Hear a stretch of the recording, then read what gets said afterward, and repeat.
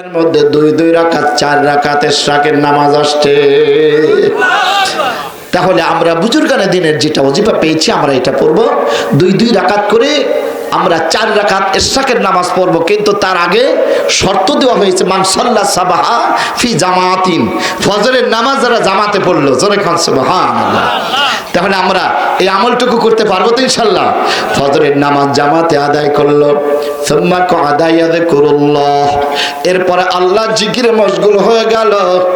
জিকির করতে করতে ওজিফা করতে করতে সূর্যোদয় হয়ে গেল। সুম্মা সাল্লা রাকাতাইন, এরপরে 2 রাকাত যারা ইশরাকের নামাজ অথবা 4 রাকাত ইশরাকের নামাজ আদায় করলো, কানাত লাহু কাআজরি হাজ্জাতি উমরাতিন তাম্মা। নবী আমার বলেন ওরা যেন প্রতিদিন পরিপূর্ণ একটা হজ আর উমরার সওয়াব আদায় করে নিল। আমার বাবারা, ভাইয়ারা, আমার মা বোনেরা, দৈনিক আল্লাহর কাছে হজ আর উমরার সওয়াব আদায় করে বলবেন, আল্লাহ বাস্তবিক হজ, বাস্তবিক নবীর রওজা, বাস্তবিক কাবা দেখার মতো তৌফিক করে দাও, জোরে কান সুবহানাল্লাহ। এই ওজিফা আদায় করে ইবাদত করতে করতে যদি আল্লাহকে কানতে কানতে বলতে পারেন, বেশি দিন লাগবে না। যদি হালাল খেতে পারেন আর নেককার স্ত্রীর হাতের রান্না খেতে পারেন, শর্ত কিন্তু 2টা ঢুকাইছি, যদি হালাল খেতে পারেন আর নেককার স্ত্রীর হাতের রান্না খেতে পারেন, তাহলে আপনার জিকিরের স্বাদ পাবেন তাড়াতাড়ি আর ইবাদতে মজা পাবেন তাড়াতাড়ি। আপনি যদি হারাম খান আর বেনামাজের হাতের রান্না খান, 1000 ডাকলেও স্বাদ পাওয়া যাবে।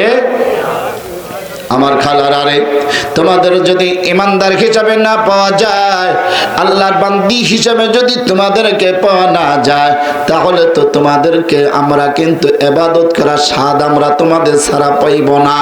এই জন্য রায়পুর গ্রামের যত মা বোন আছেন, আপনারা 5 ওয়াক্ত নামাজ পড়বেন, ঢেলা কুলুক ব্যবহার করবেন, ইমানদার নারী হিসেবে আমাদের রান্না করে দেবেন, যাতে আমরা ইবাদতে স্বাদ পাই। আমার খালারা, এই জন্য তোমাদেরকে বলবো, যদি পুরুষের উপকার করতে চাও, তোমরাও জান্নাতি হতে চাও, আজকের থেকে বাদে মাগরিব তোমাদের জন্য 4টা প্রেসক্রিপশন দিয়ে যাব। ইদা সাল্লাতিল মারআতু খামসাহা, যেই নারীরা 5 ওয়াক্ত নামাজ পড়বে, ওয়া সামাত শাহরাহা, এই যে আর অল্প কয়েকদিন পরে রমজানের রোজা আসবে, যারা রমজানের রোজা রাখবে, ওয়া হাফিজাত ফারজাহা, যেই নারীরা তাদের সতীত্বকে বজায় করবে, পর্দা করবে, আব্রু থাকবে, ঢাকা থাকবে, অর্থাৎ মহিলারা কিন্তু আব্রু করার জাতি, অর্থাৎ ঢাকে রাখার জাতি, ওরা কিন্তু আগলা হতে পারে না। আল্লাহর কোরআন দলিল দিয়েছে, ওয়াকারনা ফি বুয়ুতিকুন্না ওয়ালা তাবাররুজনা তাবাররুজাল জাহিলিয়াতিল উলা। আল্লাহ রাব্বুল আলামিন বলেন, দুনিয়ার নারীরা তোমরা ঘরের মধ্যে অবস্থান করো, হুকুম কার? একটু জোরে বলেন। আল্লাহ পাক বলেন, ওয়ালা তাবাররুজনা তাবাররুজাল জাহিলিয়াতিল উলা, খবরদার আইয়ামে জাহিলিয়াতের মতো তোমরা সেজে গুজে রাস্তায় বেরিও না। হুকুম কার? সুতরাং হোক বাদে মাগরিব, আজকে তোমাদের নসিহত যতটুকু করার দরকার গুনাহগার আবুল কাসেম করে যাচ্ছে। সুতরাং আজকের থেকে ঘরে থাকবা, আল্লাহ জিকির আজকার করবা, ইবাদত করবা, ঢেলাকুলুক ব্যবহার করে পাক পবিত্র অবস্থায় আমার বাবাদেরকে, আমার খালুদেরকে, আমার ভাইদেরকে, আমার বাবাজিদেরকে রান্না করে খাওয়াবা।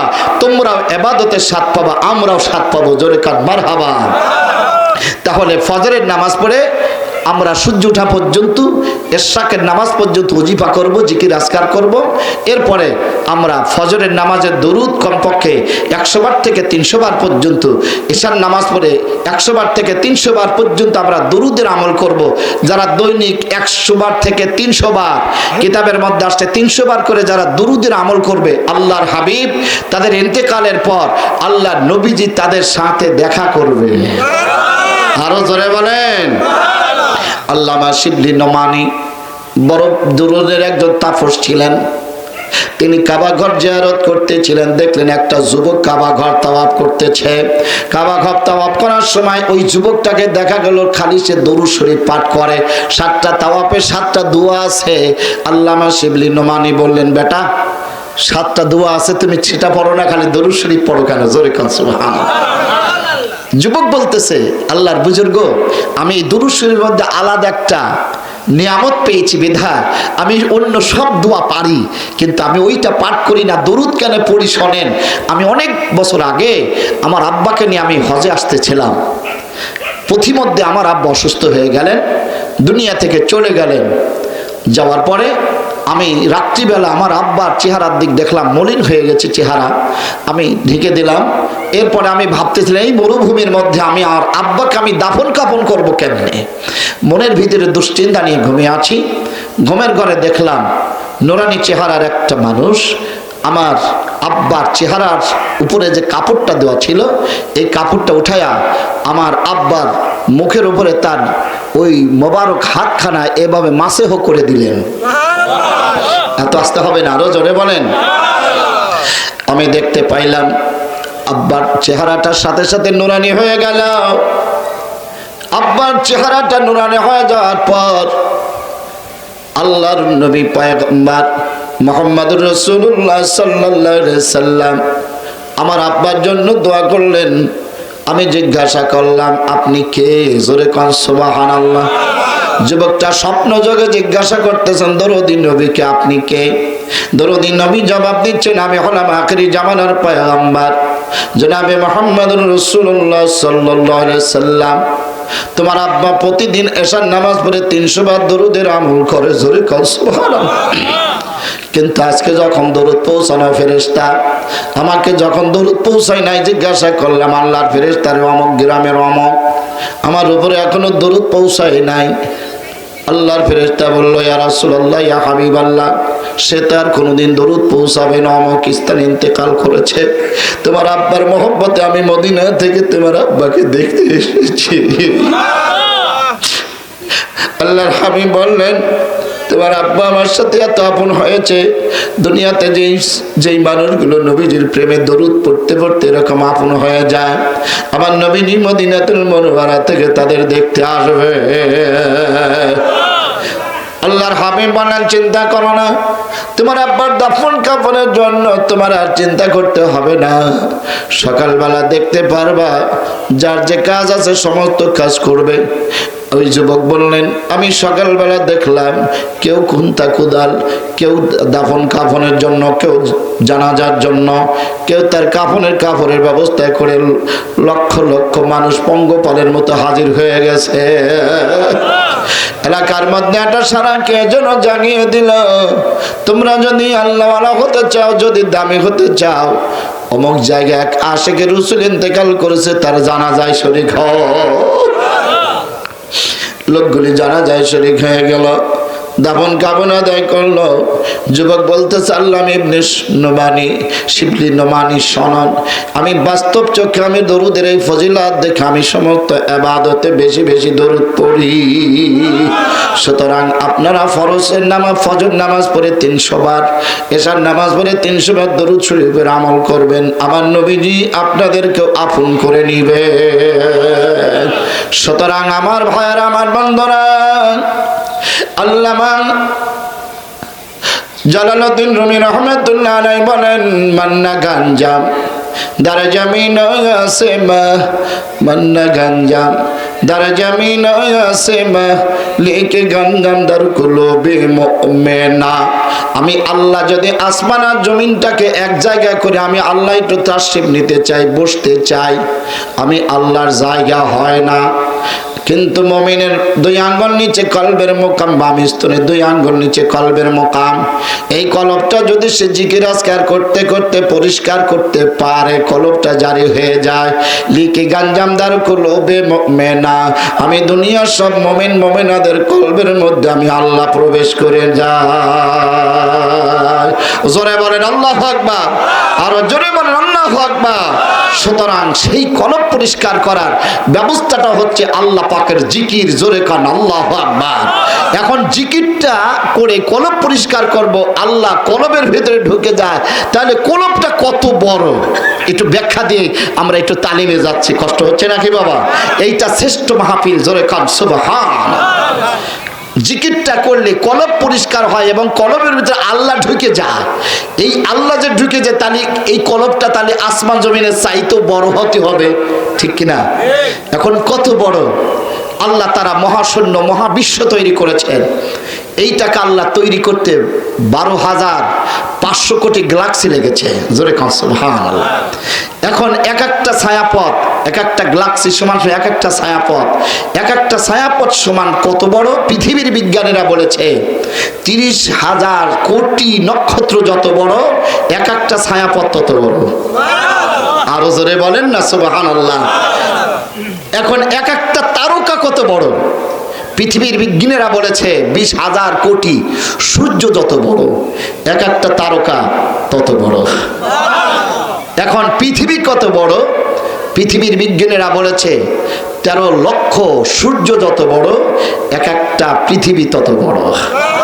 আরো জোরে বলেন আমার ভাইয়েরা, আমার বন্ধুরা রে। এই জন্য পৃথিবীর বিজ্ঞানীরা বলে পৃথিবীতে যত সৃষ্টি আছে, যত গ্যালাক্সি আছে, যত ছায়াপথ আছে, যত তারকা আছে, সূর্য আছে, পৃথিবীর সকল সৃষ্টির চাইতে মানুষের 2 আঙ্গুল নিচে কলবের মোকাম এর চাইতে বড়।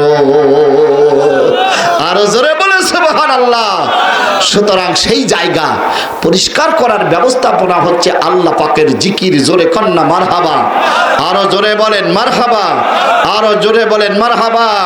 শুধু তাই না, আশ-শাইতানু যাসিমুন আলা কলবি ইবনে আদম ফাইদা যাকারাল্লাহ কানাসা ওয়া ইযা গাফালা ওয়াসওয়াসা।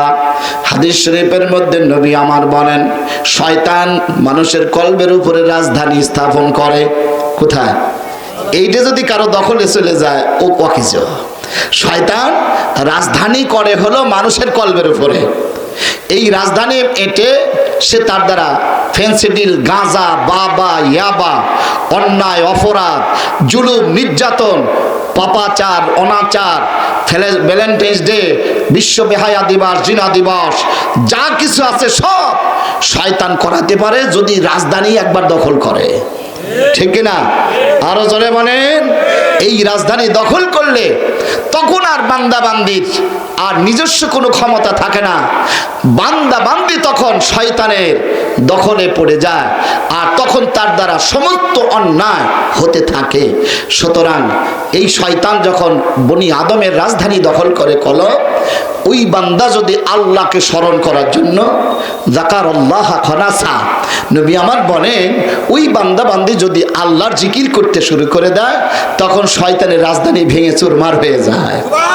আরো জোরে বলেন না সুবহানাল্লাহ। ওয়াইদা গফলা ওয়াসওয়াসা, আর যখন আবার সে জিকির থেকে গাফেল হয়ে যায়, তখন শয়তান আবার বনি আদমের কলবের রাজধানীটা তখন সে আবার দখল করে নেয়। আর যখন কলবটা দখল করে নেবে শয়তান, তখন আপনি বেঈমান হয়ে মারা যাবেন। অতএব আপনার আর ঈমান নিয়ে কবরে যাওয়ার কোনো সুযোগ হবে। সুতরাং আজকে ঈমান নিয়ে কবরে যাওয়ার জন্য আজকে আপনাদেরকে জিকিরের মাহফিলে দাওয়াত দিচ্ছি। এখন তালিম হবে বাবা। বিসমিল্লাহ সহ সূরা ফাতিহা 3 বার, বিসমিল্লাহ সহ সূরা ইখলাস 10 বার, যে কোনো দুরূদ শরীফ 11 বার, তবে ইস্তিগফার 3 বার করুন। জিকিরি তালিম এটা আমাদের শ্রেষ্ঠ ইবাদত। আপনারা যে যেখানে আছেন শয়তানের রাজধানীকে আপনারা আজকে ভেঙ্গে চুরমার করে আল্লাহর প্রবেশের জন্য, কলবের ভিতরে আল্লাহর স্থান করার জন্য ইনশাল্লাহ চলে আসুন। এরপরে ইনশাল্লাহ আমরা প্রাথমিক পর্যায়ে আল্লাহর কাছে একটু কান্নাকাটি করে মোনাজাত করে এলাকার বাসীর জন্য। আজকে বড় তাতক পাখির এলাকার মানুষ তাকে আছে। আসুন সন্তানগুলো, আসুন নাতি ছেলেগুলো, আসুন ভাইগুলো, আসুন পড়শিগুলো, গ্রামবাসীগুলো, আসুন আমরা মৃতদের জন্য একটু আজকে কিছু দিয়ে যাই। এলাকার কবরবাসীরা আজকে ঈদের আনন্দিত হচ্ছে।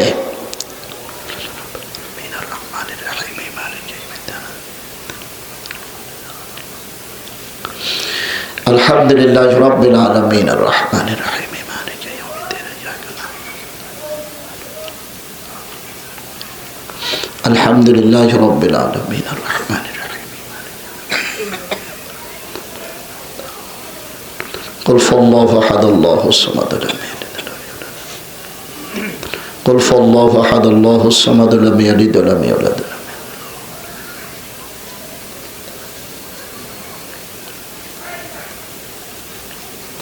قل فالله احد الله الصمد لم يلد ولم يولد ولم يكن له كفوا احد قل فالله احد الله الصمد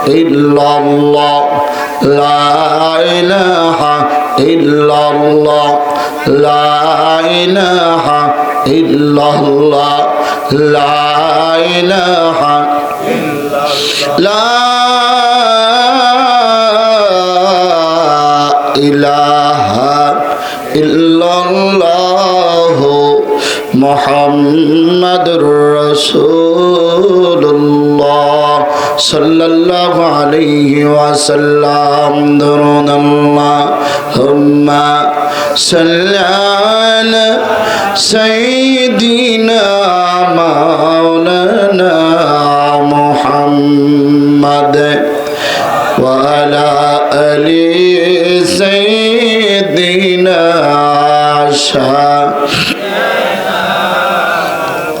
Allahumma salli ala sayyidina maulana Muhammad wa ala ali sayyidina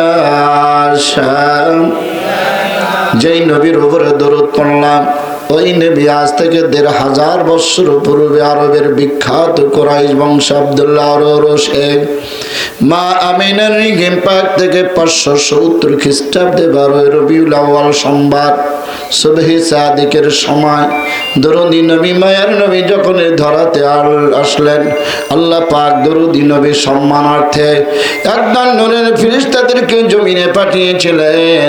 ওই সমস্ত নূরের ফেরেশতারা মা আমিনার ভাঙ্গা কুটির ঘেরাও করে দাঁড়িয়ে দাঁড়িয়ে নবীজিকে সালাম দিয়েছিলেন। ইয়া নবী সালাম আলাইকা ইয়া রাসূল ইয়া হাবিব সালাম আলাইকা সালাওয়াতুল্লাহ